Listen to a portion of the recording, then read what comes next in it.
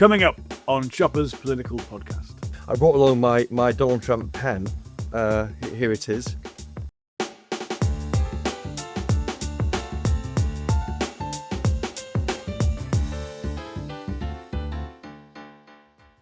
Welcome back to Chopper's Political Podcast, where I bring you the best guest gossip, news and stories from our news bunker in the heart of Westminster. My name is Christopher Hope, GB News' political editor. MPs have left for their summer holidays, but the politics never stops and government ministers never stop working. This weekend, the leader of the free world, President Donald J. Trump, is in Scotland to visit his golf courses and do some politics as well with the Prime Minister, Sir Keir Starmer. He's heading up there for a bilateral meeting, and I'm going too. On the agenda, we'll be expanding the beginnings of the trade deal agreed in the shadow of the Rocky Mountains at the G7 in Canada. At least that's what the UK wants to discuss. With Donald Trump, frankly, anything can happen, as I saw for myself in the Oval Office back in February. With me now for the podcast, fresh from witnessing the signing of another trade deal with India up in Chequers, is the Business Secretary, Jonathan Reynolds. Jonathan Reynolds, thank you for joining us today. Pleasure. On Chopper's Political Podcast. You have had an amazing year, haven't you? You've been signing these trade deals with the European Union, the US, India. You met with Friedrich Merz, Modi today, goodness sake, Donald Trump and Macron. Isn't Brexit great? Well, first of all, it's a real pleasure to be here. You know, I do a lot of media for Labour, for the government, and I honestly think I get the most nice comments. You'll get 100% nice comments, but I get the most nice comments from doing GB News or Radio 5 Live. Maybe people like a northern accent, I don't know. Yeah, but, thanks very much. it's always a privilege to come on. And look, yeah. Thanks for coming on also. We just want to give everyone a fair crack. Absolutely. But look, first of all, I think I've got the best job in the government. I really believe that. I think I've got the best job because of the businesses I get to see. It's quite inspiring. Real innovation. So much to be proud of in Britain. But also this trade agenda. So it's a really difficult time, to say the least. Probably the biggest changes in global trade since the end of the Second World War. US has been a big part of that, clearly. But I think we can say we're navigating it better than any other country. And as you've just said, to have had in the space of a month the Prime Minister of this country host Macron, Merz, Modi, Trump on his way, speaks a lot about how people are seeing the UK. Now, on the Brexit point, look, I've always felt that, and I accept for a lot of people, trade is always going to be looked at through Brexit, and it's going to relive some of those arguments. What this government can do, and is showing it can do, is take advantage of opportunities, and the US deal is part of that. The India deal today is part of that. Rebuild our relationship with Europe as well, Merz and Macron coming here. That I don't think people will change their view of it, but they perhaps can see how we can look to the future. And everyone, however they voted on Brexit, should get behind this India deal today. I mean, it's fantastic. And briefly, summarise it. It does cut exports from 15% to 3%, I read. In average, yeah, but there's some real lovely highlights as part of that. So India's the biggest whiskey market in the world. They love a bit of whiskey. Who makes the best whiskey? Us. Scotland in particular. 150% tariff falling to 40% over time. For electric vehicles, 110% to 10%. Machinery, salmon, but also for services, right? Because a lot of conversation about trade is about tariffs on goods. We're a services superpower. We are the only country in the world to have access to Indian government procurement now. Other countries may get it in future, but we're the first. So it's the best deal India's ever offered anyone. It's traditionally a very, very closed economy. This is the biggest deal we've done since Brexit. And it means... Worth 8 billion? 6 to 8 billion? 5 billion a year in the long run, a boost to wages of over 2 billion. But it is an example of what I think the UK can be, which is a country where we can say, whatever your main market, whichever parts of the world you're interested in, you can serve them all from the UK, and we'll take advantage of that. And services, you mean lawyers and accountants? Yeah, people think financial services, that's part of it. I'm also talking about professional business services. That's, of course, accountancy, it's advertising, it's management consultancy. We've got all this opportunity now ahead of us. India will be at least the third at everything, right? It'll be the US, China, India. That's demography. Within, what, 10 years' time? I mean, already we can say this is a deal between the fifth and sixth largest economies in the world. India will go up from fifth fairly That's the quickly. scale of it. That's the scale of it. And to be in this position where we are, India's middle class, and obviously it's a democracy, rule of law, English speaking. This is an incredible opportunity. Look, I've said a little bit about this. People might have read it, but I think this is so important for the UK, for the long-term national interest. I did travel to India in opposition And I did say to my counterpart, who's still my counterpart, Piyush Goyal, the Indian Trade Minister, who's a real character. He's delivered a lot for India on trade. I said, look, do this deal. I know you're worried about our election. They had an election too, a lot of political uncertainty. I said, do the deal with the Conservative government, with Rishi Sunak, and we'll honour it. Don't worry about our election getting in the way of that. If they can't do it, we will take it up, as we have done. We've done the deal in less than a year, and we've done it in a way, which has broken through some of the barriers the previous government had cited. But I mean, I do thank Rishi Sunak in particular for where he'd got that deal too. But I think, what's interesting in the main, I think, is on all of these deals, Chubbo, you have some parties in Parliament, the SNP or the Lib Dems, who it's only about the European Union. They don't want to talk about anywhere else. Just get back in a customs union. I think that's wrong. I genuinely do. I think either go in fully or be out fully. And you've also got, we had from the Conservative Party in Reform opposition to this deal, and either didn't like foreigners or whatever. But we're a political vehicle in a Labour government that can do this in a way I think other people can't. So just you and me talk. I'll be really quiet so no one hears. So Brexit wasn't that bad, was it? Well, look, you're doing all these great deals. No one can hear. It's you and me talking now. No one's listening, Jonathan. I felt in the referendum there were some things put forward by people on the Leave side. Asking me my view, I thought they were fancy. I thought the people were basically saying you can leave a club and you can have all the benefits of the club. This is that the German car makers will come and rescue us. Now, that is just very naive. I don't know whether they believed that.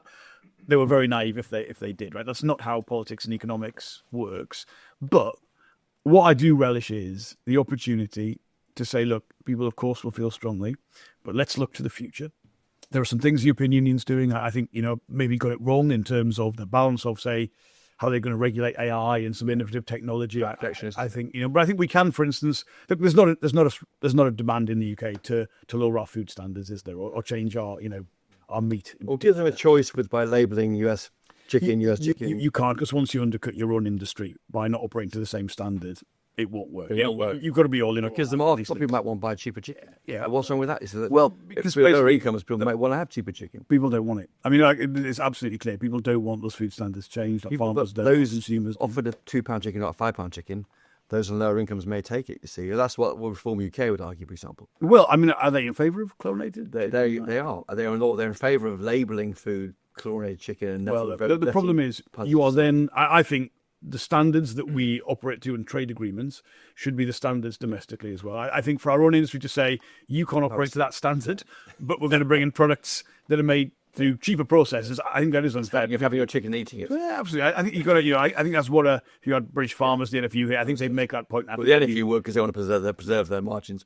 But I'm just thinking about the people who can't afford more chicken. Look, I mean, I think, again, you're always striking that balance. This deal today does reduce the cost of your clothing or footwear coming from India to the UK, but it doesn't compete with British industry because we in the main and textiles are a higher value brand, exactly. Harris Tweed and so forth. So I think that's a good example of how you get this right, because trade in a lot of countries, and the US is a good example, is a big and hot political issue. It's heating up a little bit here.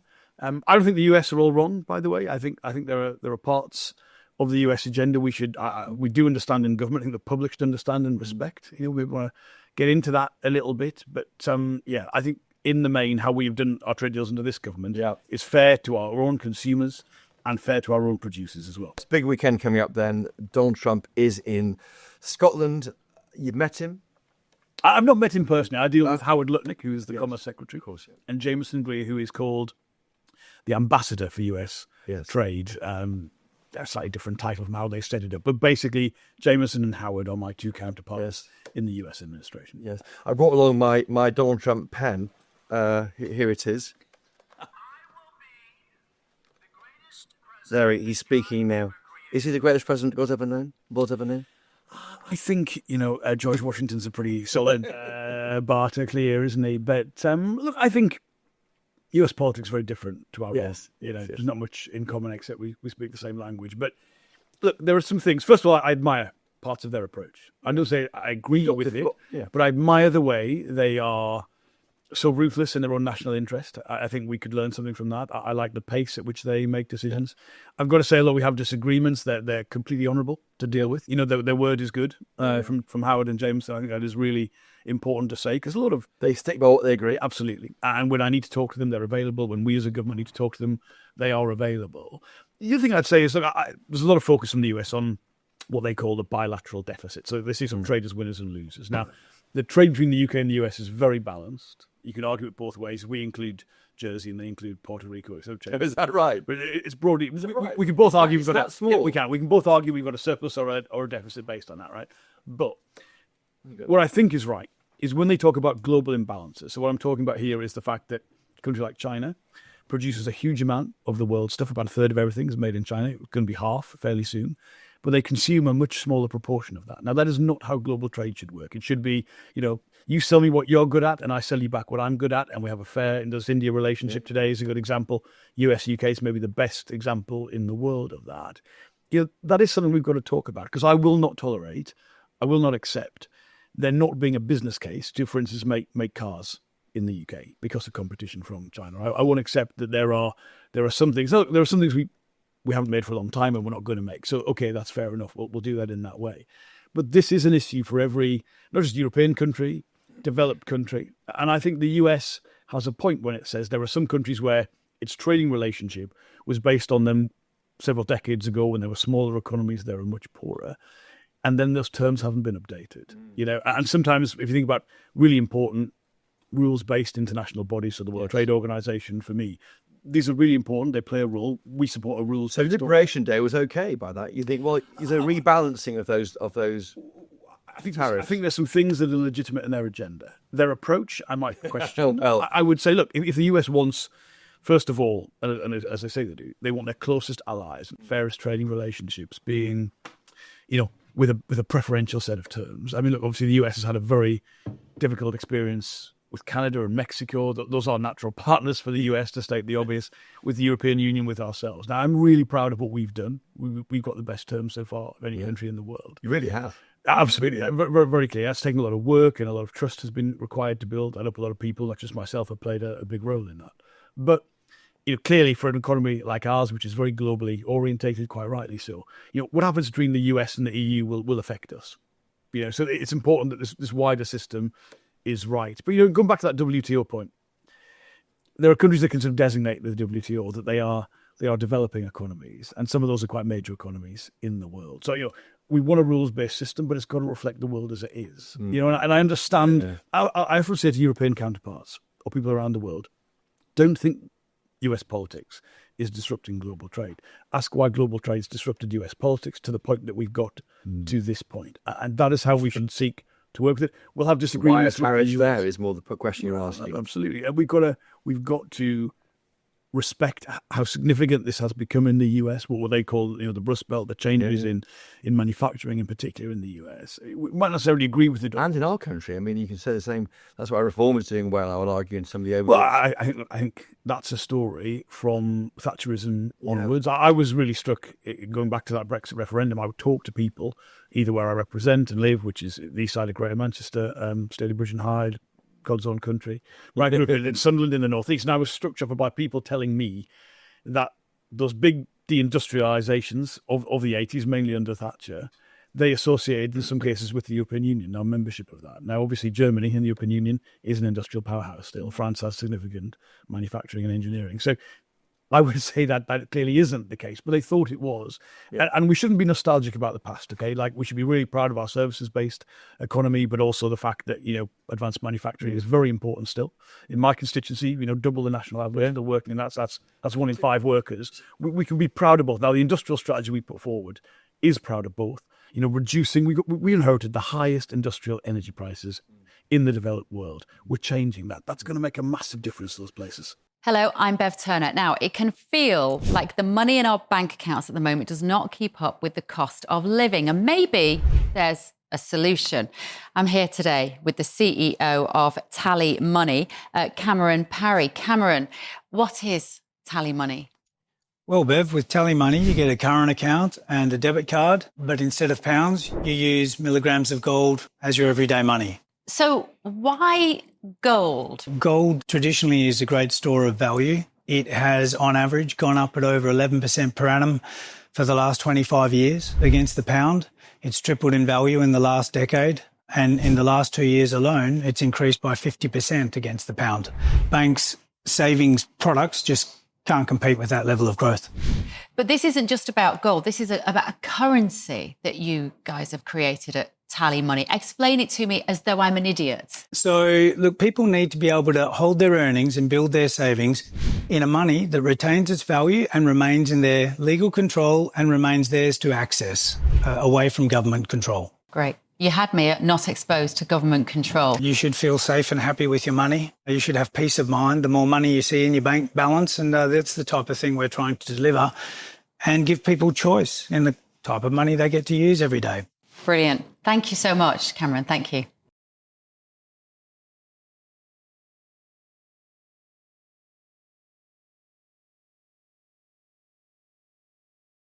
So is the left wrong to demonise Trump? He's landing this weekend. I mean, there will be protests.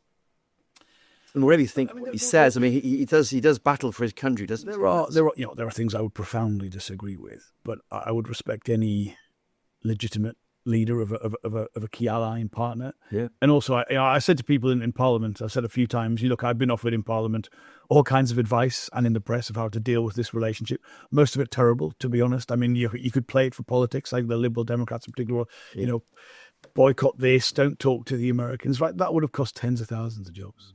Jaguar Land Rover supports over 44,000 jobs in the UK, right? So when I see people, it's not that I don't understand legitimate grievances. I really understand how when I look at things, I could have that as well. But I want them to understand why I am going to fight for this country's interests, fight to keep people in work, because you can play it for the politics. At the end of the day, that would be tens of thousands of people from backgrounds like mine, people I went to school with, Nissan factory in Sunderland, who would be, out of work. Communities would be really, really damaged. So we should be thankful for. I mean, maybe Trump's better than Biden or Obama because he's more focused on Europe. I mean, he's got his connection with his mother, with Lewis in Scotland. I mean, he's more I think UK focused. Obama and Biden were again tremendous allies to the UK. I think people read too much into that. But look, I mean, there are things that a lot of Americans, current president included, like from this country, which is everything from our culture, our industry, our royal family, and we should utilise those strengths in this really challenging global environment because they are assets. So will you say to Trump's critics this weekend, just give him a chance. Just give him a chance. He can be an ally. I would say whatever you think of any individual in US politics, understand the agenda and the fact that if there was a different president, if there was a Democratic president next, they would keep some of this trade agenda. Okay, because that it's important to understand what is driving this in the US. So we might not agree with it. I think there's an argument for no tariffs between the UK and the US. I mean, I think the case stands up. Absolutely, right. There is a case for no tariffs whatsoever. That's what my starting point is. Will you get there? I think there'll be a minimum globally that the US will want to apply. Now, in trade, you can take the average on everything. But that might include things, if you and I were two countries, we don't actually trade with each other. We could maybe have an average and then have some things that reflect that. So there are a few ways to approach this and look at it. But it is important to understand that the constructive, pragmatic approach the UK government has taken to the US has been very much in our national interests. It has saved tens of thousands of jobs. It's given us, to be frank, a competitive advantage over some other countries. And we face real economic challenges in the UK. You can't deny that. I'm very pleased with some of the work. We owe him a thank you, don't we, Trump? I think, look, he promised us that he would negotiate in good faith with us. He said that he had real affection for the UK and that would be reflected in that. And that, look, my view was always, by the way, the entire world was going to end up negotiating with the US. They're that important. That's the reality. Yeah. Let's get the front of that queue. We could have done a deal before Liberation Day. They wanted to have that moment. I understand that. But I think there's no doubt, challenging as it is, and as I say, I want zero tariffs. That's my endpoint. It's my goal. Even if that's not possible, that's what I think it should be. Yeah. Good. We have, with the approach we've taken, I do think it's been vindicated by the results that we've got. It does seem that way. Just briefly, finally, on the tariffs, this weekend, pharmaceuticals agreement there, bring down the steel tariffs. Is that what you're thinking of? Well, I can't. You'll be in Scotland, will you? On the outcomes, yeah, but I want to get to a point. I mean, on steel and aluminium, again, I think we got a preferential set of terms already to the rest of the world, but it's not enough. I want more to beyond that. Pharmaceuticals, there's been some questions as to what exactly the US would do with what we call, in trade language, it's 232 investigations. That's the national security provisions, the legal power they use in the US to apply these measures. And Again, on that, look, I mean, I think I want a pharmaceutical industry in the Western world that has safe supply chains, sees money being invested in new and innovative technologies, that we get the best of those in the UK. Long-term money in pipelines, though. Absolutely. I think, again, there's an agenda here that we share. And on, again, trade defence, making sure we're not subject to unfair trade terms. Again, there's a lot we can share in that agenda. While I've got you, I will ask you a few, if I may, some domestic politics. Yeah. Your party has launched today. Your party is the working name of Jeremy Corbyn's party. Are you worried about your party and your party, or is your party okay? I believe it's already been claimed it's not called your party. No. So I think it's a bit of confusion. Look, I mean, I respect all political opponents in our electoral system. The way it works when you've got lots of people in a crowded field, it does have an effect. We saw, the impact of that in a lot of previous elections in different parts of the vote. But I am really confident that the Labour Party today, which is one that is, putting money into public services, putting money into free school meals for vulnerable children, but is also patriotic. It's proud of the country. It's pro-defence. It's putting money into defence. Very strong fiscal rules that reflect, really challenging. But this is, I think, the classic Labour Party, right? And I think it's a Labour Party which reflects the kind of working class background that I have, that I grew up in Sunderland, and which I represent in Tameside now. And I think there are parts of, that kind of Corbyn agenda which are just not in tune with genuine working class people. That they would obviously say they are, I know that, but they're not. It's a different part of the vote. They may take support from some of your support base on the left. But look, the politics today is so crowded, quite rightly. People, it's not just Labour and Conservatives. It's a long time since we've had that. You do get situations where, and look, in my constituency, it's a straight fight between us and Reform. The Conservatives are not present. They were historically second. That's just not the case. I've always had, actually, Conservatives who say they vote for me because they look at it and think, oh, decent lad, fights for the area. I like what he's doing here. In this environment, against both Reform and this Your Party, if that's what it's called, I know there'd be some Conservatives who would say, look, this is a government committed to, sensible with the public finances. It's committed to public investments, putting money into the north of England, in an area like mine. I might not like everything, but I think they've handled trade, for instance, quite well. I think they are making the country safe with the money they put into defence spending that's come from aid. I can get on board with that. So I will what we call squeeze a vote. I might not be your first choice, but I'm a better choice than the alternative.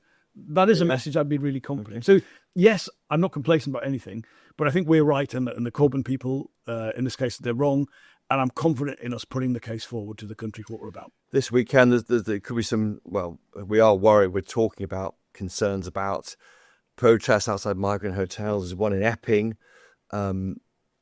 It's okay to protest, isn't it? It's not a far-right thing to protest. No, it's not. As far as you're concerned. And look, concerns about immigration and asylum are not far-right. I mean, there might be some bad faith actors involved in the individual protests, but there's a set of legitimate concerns here, right? I mean, first of all, on legal migration, I think you can be pro-talent coming to the country. I want that to happen as the business secretary. You can also say what we inherited was out of control. I mean, the people in my area in the main, when they told me they were voting for Brexit, it was about freedom of movement, and they wanted lower immigration. Now, immigration trebled after Brexit. They feel really unhappy about that. I don't think they're wrong, because I think they were sold something that didn't turn out how they planned. Let's acknowledge that. I would also say it's on them. They can't blame the EU. It's on the elected politicians. Well, exactly. And they're being punished for it.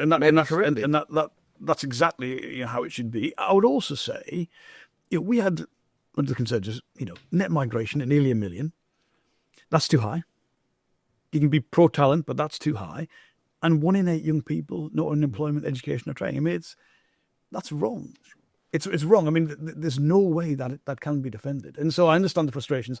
On illegal migration, look, again, at the height of this, I think there were about 400 asylum hotels. That's a lot. Now, there's still too many, but it's half that. And it's half that because we're processing asylum claims more quickly and we're deporting people who shouldn't be in the country. That's right. That's right. So I know there's more to do and people are reflecting that.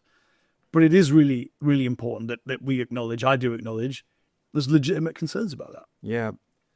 And the secrecy of where they are, that also annoys local people. They just don't know where they're going to be crop up. Then suddenly they see many young men arriving up around here and they're in this hotel. Look, I know some of these places are not salubrious, but the word hotel, for my voters, for my people who I represent, that has connotations of something that, again, they feel isn't right. And there's no point saying to people, it's, in many cases that we're paying, far lower than the cost if it was a hotel. That's not the point. The point is this was a symptom of a system that was failing. Yes, we were not processing as a country those asylum claims. And the Home Secretary and the Home Office, the whole government, has got on this. They've started to make the progress. People want to see more progress. I get that. Are there any in Stonebridge and Hyde, any hotels? We don't have many hotels full stop in Stonebridge and Hyde. We have a couple at the Village Hotel, but no, we don't. They're not asylum hotels in the constituency, no. Yeah, but you this weekend you'd say protest if you must, if you want to. But leave it. Protests are a legitimate part of being a British citizen. If you want to protest against something, it's not for a government minister to say don't protest. But I would say if you feel strongly, I understand that. And the reason that we are taking such strong action on this is because we know there are legitimate concerns. Just very quickly about the jobs market that's shrinking in recent. Overall jobs are up. So overall jobs are up 380,000 since the election. Payroll jobs have reduced, but you've got to take National insurance. Terry, being blamed for that. I mean, do you accept that? There's a few things going on. I mean, the global trading environment, there's a lot of uncertainty. That's a big feature. I know the NI rise was difficult for business. I've said that. Important to say, the doubling of employment allowance, which is like a threshold before you pay out. Smaller companies. That doubled. So half of all British business actually will pay fewer amounts of national insurance contributions, but I wouldn't minimise it. No, it's been difficult for people. But look, there are things in my department to give you direct examples. Post office compensation, which we've quadrupled to over £1 billion. The money for Port Talbot for the transformation of the steelworks. These were not in my department's accounts. I had to go to the Chancellor on day one, day two, and say, day one for Port Talbot. I'm going to need the money for this. Well, Port Talbot would have closed on polling day. That's right. I was negotiating that as the Shadow Secretary of State. I felt that point. Yeah, we did. Absolutely did. I mean, it felt the government, and then the Conservative government had already kind of left the reservation at that point. And I was thinking to myself, I hope we do win the election. Otherwise, I'm kind of freelancing here as potential Secretary of And State. billionaires leaving the country, you don't get, the wealth tax, the federal wealth tax is borrowing them by all accounts. This budget in the autumn. This government, this Labour government, has increased taxes on wealth as opposed to income. The taxes on private jets, private schools, changes to inheritance tax, capital gains tax. But the idea there's a magic wealth tax, some sort of levy, that doesn't exist anywhere in the world. Switzerland has a levy, but they don't have capital gains or inheritance tax. There's no kind of magic. We're not going to do anything daft like that. And I say to people, be serious about this. The idea you can just levy everyone. What if your wealth, Chopper, was not in your bank account? What was in fine wine or art? How am I going? It must be. Exactly. How would we tax that? This is why this doesn't exist. And there's a lot of populism out about this. I'm frustrated. To me, I see colleagues sometimes say this in Parliament. I say, come on, get serious. Get serious. Yeah. You can't be an MP and say, I wasn't elected to this Parliament to make tough choices. Tough choices are why we have a political system to do it. But on billionaires more generally, look, I want talent and capital in this country. Are you relaxed about money making? If your home is the United Kingdom, you've got to pay your taxes in the UK. Now, there are bits of that regime. I recognise, if people are temporarily in the UK, we have a replacement regime for the non-dom regime that covers that. That is important. But the balance has to be right around that. Just very finally, we're talking the week of a Kemi Badenoch reshuffle. The big opponent, apparently, the elephant in the room is Nigel Farage. How do you think you beat Nigel Farage in your past? You've got to deliver for people, but also we've got to tell a story at the same time. I mean, Farage is a skilled politician. You can't deny that. But, I mean, when you really push him, and he will get pushed when he's not a media personality. I mean, you saw him I think it was on the Koonsberg programme quite recently. He has no answers. And by the way, on what they have put forward from reform, right? Look at what they put forward last election. It was like Liz Truss on steroids, and you add that with the kind of sympathy for Putin, and you get into it with your own. Fair. That was like, well, I mean, there's a sympathy for the Kremlin. Well, look, it's there's two things, domestically and international there, which are not where my voters are. And when you have that chance, and when he's put under pressure, he really, I think, crumbles quite a bit on that. But for us, it's not just about weakness on the other side. It's about delivery. The fact that wages have risen more in the first 10 months of this Labour government than they did in the previous first 10 years of the Conservative government, that's what I'm talking about. Real change. Our employment rights, which the Reform Party oppose, is a big part of that. When I say to people, worrying employers, day one rights. If you work a regular number of hours for some time in a job, do you deserve a contract that reflects those hours? Yes. If you're on low pay, do you still deserve sick pay? Yes, you do. Yeah. Again, when you put that to people who might be voting reform, they're kind of shocked to find out what reform are about. Jonathan Reynolds, our time is up. I've been waved at by the workie bees here on the podcast. Your plans for the summer? Any time off? Quite a bit of work, but there will be some time off with the family. I have 4 lovely children as well. A bit of time with Look them. to see them. Listen, Back home at Staley. thank you, Jonathan Reynolds, for joining us on Chopper's Business Podcast. Sorry for my talking pen. I'm not sure if you mind that. I think we should get ones made of the UK cabinet and see if they sell. I don't know. I imagine the president probably manufactured that himself. But he's a real entrepreneur. I actually bought that at his 2017 Or inauguration. maybe key journalists. There could be one way to do it. Yes, I actually went to his inauguration, bought it there, so I thought I'd play it for He him. probably made a few quid off you there. Yeah, you did. I tweeted Christopher Hope on it. Are you on Twitter? Are you on... I am, but it's more official messages these days. Okay, I tweeted Christopher Hope, and I email me chopper@gbnews.uk. If you enjoyed this show, Jonathan Reynolds has, please tell your friends. If you really enjoyed it, leave a 5-star rating and a review on Apple Podcasts or Spotify or wherever else you hear the podcast. That helps other people to find it. Thank you to the great team of colleagues behind the podcast, Mick Booker, Jeff Marsh back at HQ, and the podcast Busy Worker Bees here in the studio, Rebecca Nunes and George McMillan. And thank you, most of all, to you for listening. If you want more Chopper in your life, like Jonathan Reynolds does, you can catch me during the week on GB News with our latest political updates and developments in politics, and on our website, gbnews.com. But until next time, cheerio!